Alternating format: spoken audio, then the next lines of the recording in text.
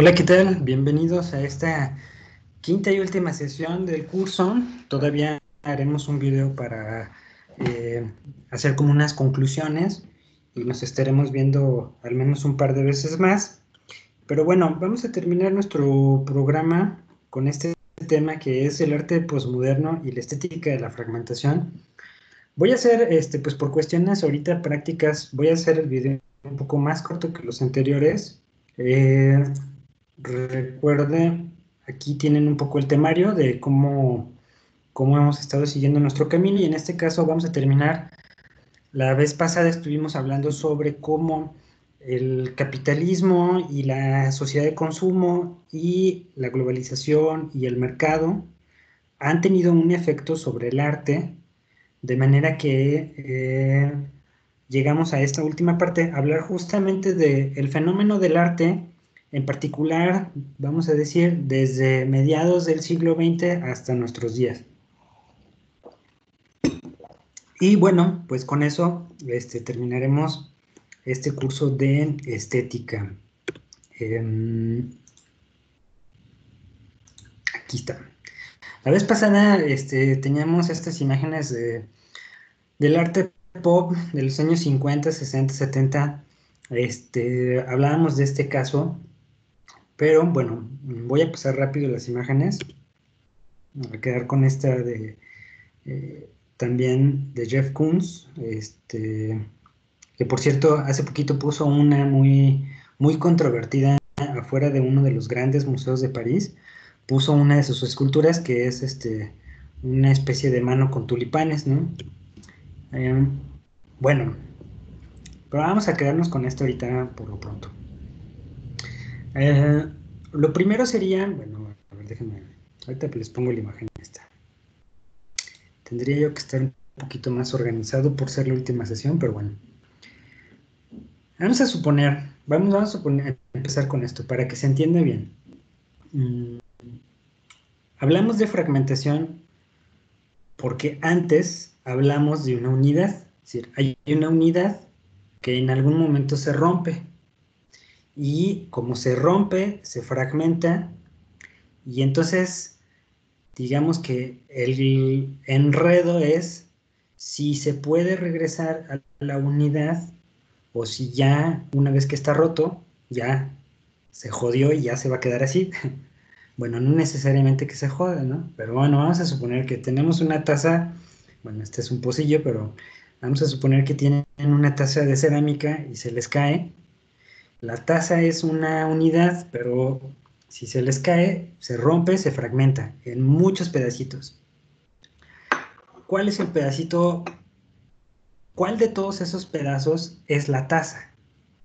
Pues desde luego la respuesta no tiene sentido. Ningún pedazo es la taza porque la taza se rompió. Bueno, hagan de cuenta que esto es lo que le ha pasado tanto al arte como al pensamiento. Eh, Desde un punto de vista europocentrista, se dice que había una unidad de pensamiento porque los que hacían la filosofía, la ciencia, la medicina, la política, eran los europeos conquistadores que se habían desarrollado como una sociedad que tenía suficiente tecnología y suficiente fuerza de mano de obra y suficiente discurso para imponerse a las demás sociedades del mundo. ¿Cómo? No solamente a través de la guerra, como lo vivimos en el siglo XX, o bueno, pero eso es el siglo XX, desde luego que las guerras de colonización fueron muchísimo antes, pero me refiero a que una sociedad puede imponer su discurso no solamente a través de la guerra, pero también a través de la ideología. Por ejemplo, en esta parte del continente americano, las sociedades siguen hablando el idioma de la sociedad que los colonizó, el español, o el inglés, o el francés, por decir los tres idiomas más importantes en el continente, bueno, también desde luego el portugués, pero eh,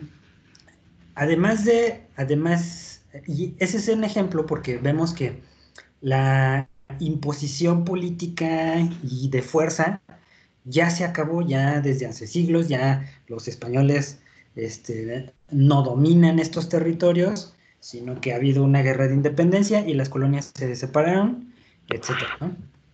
Pero ideológicamente el discurso del país de origen sigue prevaleciendo, porque nos damos cuenta que en este país, por ejemplo en México, pues ideológicamente la religión en la que creen las personas, pues es herencia de los españoles. Si hubiera venido, no sé, este, por ejemplo, Inglaterra, pues en México predominaría el cristianismo protestante, no el cristianismo evangélico como en Estados Unidos y no el catolicismo como en España. Si hubiera venido, no sé, un país musulmán, pues desde luego un país árabe a conquistar México, pues desde luego que ideológicamente estaríamos más identificados con el pensamiento musulmán de lo que estamos con el pensamiento católico. Entonces, este detalle es muy importante porque lo que vemos es que en términos de mentalidad, en términos de pensamiento, hay una familia que es lo que llamamos Occidente, porque corresponde a las sociedades que se identifican con el pensamiento europocentrista, ¿sí? Porque estudian la historia del pensamiento y obviamente como nosotros, que estamos en México estudiando a los griegos, a los romanos, ¿sí? Pues porque es parte de la tradición de la educación, del pensamiento, de la historia de la ciencia, pero ¿quién nos va a decir que ellos es a los que tenemos que estudiar? ¿Por qué no estudiamos, por ejemplo, en la historia de las matemáticas, en la historia de la química? ¿Por qué las clases no empiezan, por ejemplo, con la ciencia chamánica de Mesoamérica? Pues es una cuestión ideológica. Sí podría hacerse, pero no se hace, porque ideológicamente le damos más valor a la cultura europocentrista, a la influencia de ese pensamiento, que desde luego al pensamiento y a los conocimientos que había en Mesoamérica. Además de que son conocimientos que están perdidos porque obviamente los conquistadores se encargaron de destruir prácticamente toda esa influencia de pensamiento y de creencias. Pero ese no es nuestro tema. El tema de fondo es que en la historia, en esta historia del pensamiento, la unidad, al menos lo que podríamos decir, el proyecto de unidad más importante ha sido la ilustración. Esta idea de que el ser humano tiene que ser un ser ilustrado, libre, que tiene educación, que tiene conocimientos, que puede ser autónomo, ¿sí? Que puede ser un hombre capaz de vivir en sociedad respetando leyes y códigos que entre todos los individuos de la sociedad se ponen de acuerdo para aceptar y que de común acuerdo y con, como dice el lema de la Revolución Francesa, ¿no? Dentro de un marco de igualdad, ¿sí? De libertad, pero sobre todo, fíjense qué concepto tan interesante de fraternidad. Es decir, un sentimiento de fraternidad es un sentimiento de hermandad.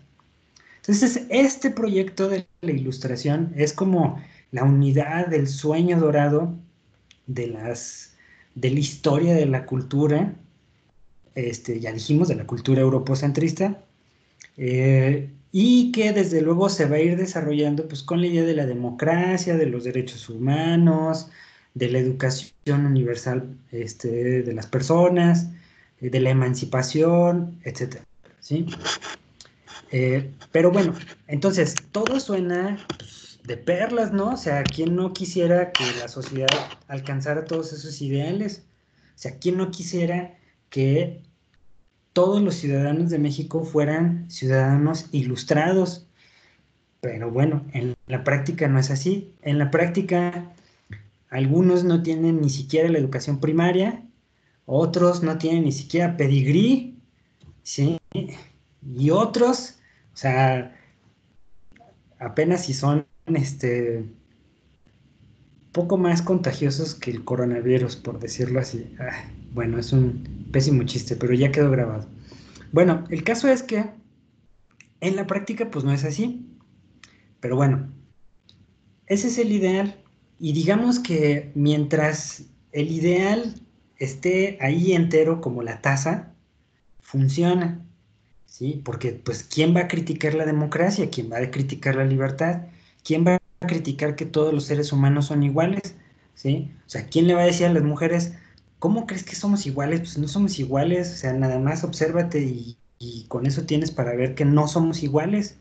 O sea, desde luego que mientras son ideales, pues todo esto, pues, como la taza, funciona porque se mantienen como ideas unitarias.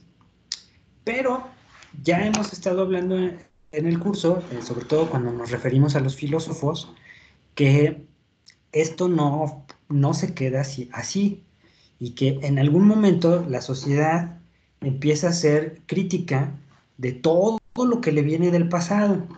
Y entonces, en particular, durante todo el siglo XX, va a haber una crítica muy severa a lo que hereda el pasado, es decir, a toda esta herencia de la cultura europocentrista. Incluso nosotros, pues, como un país que fue colonizado y que ahora es un país independiente, pero incluso en este caso nosotros hemos servido como una sociedad de pivote para un montón de críticas, ¿sí? a este pensamiento unitario europocentrista. Es decir, que a lo mejor uno puede recordar un poco como las ideas de la independencia mexicana. Quieren que México se independice, pero para ser un país como España, ¿sí? O sea, no, bueno, vamos a decirlo un poco así, aunque a lo mejor algún profesor de historia me corrija, ¿no? Pero nadie quiere que México se independice para regresar a ser el pueblo azteca, sino más bien para convertirse en un nuevo país con su propia constitución o con su propio monarca, como va a ser el caso de Iturbide. Así que el, en algún momento el ideal de todas las sociedades está centrado en el modelo europeo, pero conforme van pasando los siglos, empieza a ver como el efecto de la taza. La taza se rompe, se fragmenta en muchos pedazos, y entonces, ¿quién tiene la razón? Es decir, en Irak, en Irán, hay elecciones, hay constitución, hay un régimen de gobierno, hay un gobierno que obliga a sus ciudadanos a respetar lo que el gobierno dice, ¿sí? Y hay una idea de la libertad, de la sociedad, de la paz, del respeto. ¿Quién tiene más razón, la sociedad iraní o la sociedad norteamericana? En Estados Unidos tienen una constitución, tienen un gobierno que hace que la gente respete las leyes, una gente que tiene una idea de paz, de respeto, de justicia. Es decir, las ideas ahí están, pero llevadas a la práctica son completamente incompatibles. Y este es un ejemplo en términos de sociedad. ¿Cuál es el fragmento que refleja mejor la tasa? ¿Es el de Estados Unidos? A lo mejor porque nosotros ideológicamente nos reflejamos más en los valores estadounidenses, o es la República de Irán, ¿sí? Obviamente con otra perspectiva, ¿sí? Quizá este, un católico conservador guanajuatense que está en contra del aborto, pues obviamente va a ver el concepto de vida desde una perspectiva completamente distinto de la de un estudiante o bueno, una persona atea, guanajuatense, liberal, ¿sí? Tienen una idea de qué es la vida, de cuál es el valor, qué es más importante, la vida de una mujer embarazada o la vida de un feto de 5 semanas. Es más, no es ni siquiera todavía un feto. Entonces, en este tipo de casos pueden darse cuenta muy bien de cómo no hay unidad posible, porque los conceptos en la práctica tienden a fragmentarse dependiendo del punto de vista y de las ideologías dominantes de cada una de las sociedades. Y esto es exactamente lo mismo que le ocurre al arte. Es decir, si tomamos la idea de belleza y le hacemos caso a la historia del arte, pues el arte busca la belleza. Pero llegamos a una época en donde la taza se ha roto y los artistas ya no quieren la taza, quieren solamente un fragmento. Por ejemplo, quieren que esta obra de arte cause risa, aunque no hable de nada más, o impacte al espectador, aunque después al espectador se le olvide, o le genere un vértigo o una especie de asco al espectador y no me importa si no le parece que esté bonita. Entonces, los artistas van a crear, eh, dice mi maestro del doctorado, el doctor Benjamín Valdivia, tiene un libro, a propósito, viene en la bibliografía, tiene un libro exclusivamente dedicado ahí a este tema, eh, de cómo a partir de las vanguardias los artistas están creando objetos que ya no son obras de arte, ¿sí? Como lo que vimos en el video de John Cage, ya no está tocando música, así que ya no es una obra artística musical. Lo que está haciendo es otra cosa. Está creando una sensación entre el público, pero no está tocando música, porque ningún músico está tocando instrumento, ¿sí?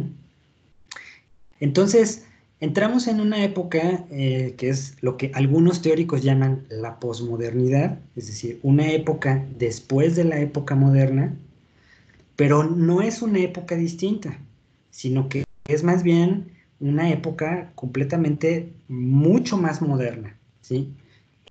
En la posmodernidad, por tomar el término de algunos teóricos, aunque a lo mejor no necesariamente coincida yo con esas perspectivas, pero podemos hablar de que algo que es posterior es que está después. Y en este caso, el siglo XX, la mitad del siglo XX para acá, se le ha llamado posmodernidad porque está después de la edad moderna. Pero no quiere decir que, que sea algo distinto, sino pareciera más bien que es algo que está más, como lo dijimos, la modernidad es la idea de la unidad y la posmodernidad es esa idea pero hecha a pedazos. Entonces, no tienes una modernidad, no hay una forma de ser moderno, sino muchas formas de ser moderno, ¿sí? Es decir, muchas formas de concebir el mundo, de concebir el arte, de concebir qué es la belleza, de concebir qué es la libertad. Y ese es un poco como el tema. Eh, la estética de la fragmentación se referiría un poco a esto, a que es imposible concebir los conceptos absolutos como los decía tal vez Kant, ¿sí? Es decir, efectivamente habrá sensaciones bellas, sensaciones terribles, sensaciones sublimes, ¿sí? Pero fíjense que al mismo tiempo coincide con lo que decía el filósofo. Esas sensaciones son únicas e individuales, ¿sí? Ahora, la cuestión es, socialmente, ¿cómo podemos hacer para reintegrar la tasa? ¿Cómo podemos hacer para, si se puede, volver a reintegrar una unidad y que el mundo se ponga de una maldita vez de acuerdo en cuáles son los ideales que hay que perseguir? ¿Sí? Ese sería un poco el tema. Se los dejo para su reflexión y lo hablamos en la videoconferencia de esta semana. Nos vemos.